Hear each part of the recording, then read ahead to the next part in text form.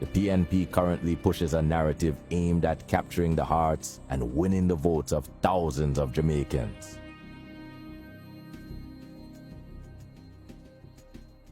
Many of whom are too young to remember the genesis of our nation's economic woes. First, it is important to acknowledge that Michael Manley was one of Jamaica's most visionary leaders. He spearheaded numerous social reforms and genuinely had the people's best interest at heart. However, he was not without flaws, and a critical miscalculation in his vision for Jamaica played a significant role in the economic challenges the nation faces today. Manley's push for socialism in a democratic two-party state under the watchful eye of the great capitalist superpower, the United States, was always going to be an uphill battle. Predictably, the U.S. provided support to the opposing capitalist JLP government, contributing to Manley's massive defeat in the 1980 general election. One could argue that Jamaica's economic decline began in the 1970s, with the downturn brought on by the nation's failed experiment with democratic socialism under Manley's leadership. During the 1980s, the JLP attempted to revive the economy, but their efforts were hampered by several factors, including the devastating impact of Hurricane Gilbert in 1988. The hurricane alone caused an estimated $4 billion in damages, significantly setting back economic recovery efforts. In 1989, the PNP, once again led by Michael Manley, regained the trust of the Jamaican people and returned to power. However, Manley retired from politics in 1992, and P.J. Patterson assumed the role of Prime Minister. Under Patterson's leadership from 1992 to 2006, Jamaica's economy suffered due to several major crises, including the financial sector collapse of the 1990s.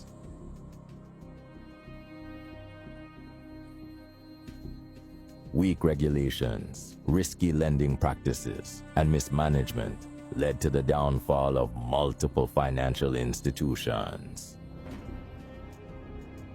This resulted in the establishment of the Financial Sector Adjustment Company FinSAC, which bailed out some institutions while overseeing the collapse of others, costing the nation an estimated 140 billion Jamaican dollars.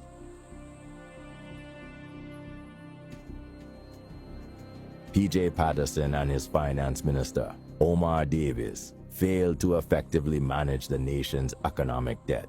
Rather than implementing prudent economic policies and making tough, responsible decisions focused on fiscal discipline, they relied on excessive borrowing to stabilize the economy and rescue the financial sector. This run-with-it policy prioritized short-term political gains over long-term economic stability. During this period, critical economic reforms, such as liberalization and modernization, were stifled by bureaucracy, corruption, and public sector inefficiency. Consequently, investments remained low.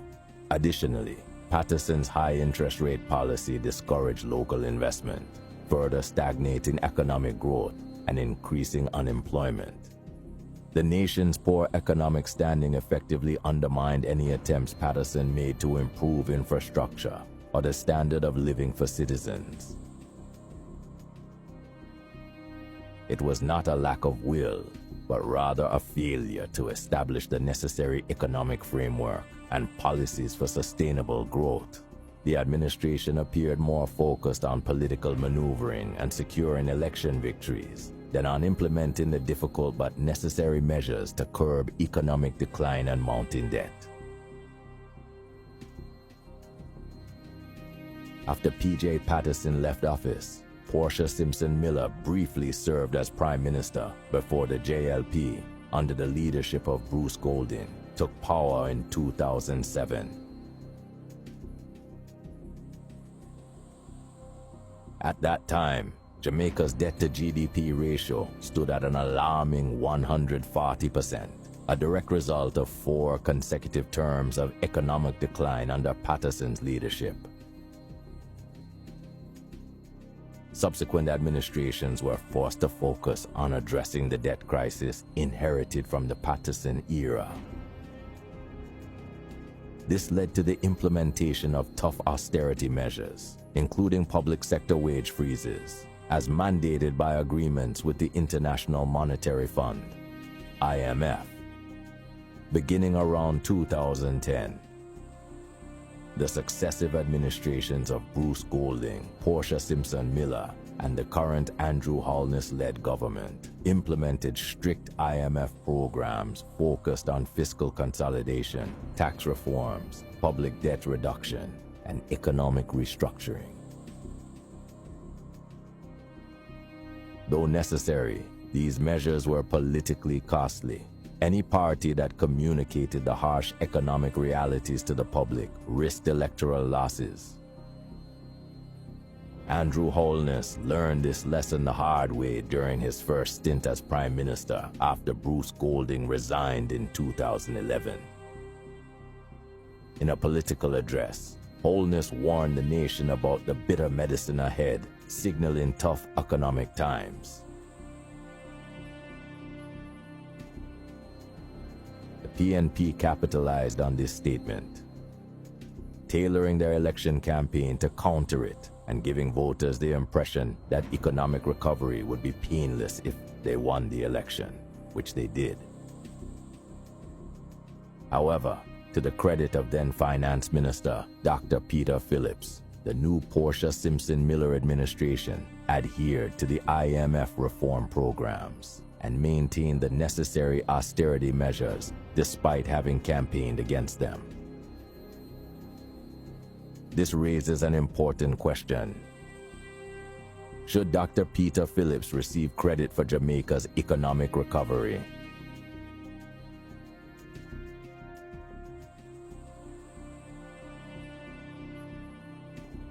At first glance, one might argue that Phillips does not deserve much credit, as he was part of the PNP administration that oversaw Jamaica's economic decline in the 1990s. An analogy illustrates this point. The PNP is like a group of young men living in a boarding home.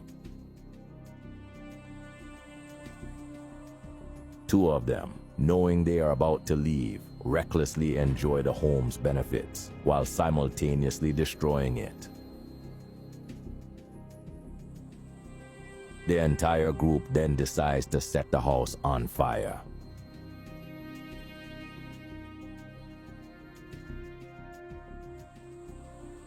When the two instigators leave, another member of the group, who also participated in setting the fire, realizes that he still lives there.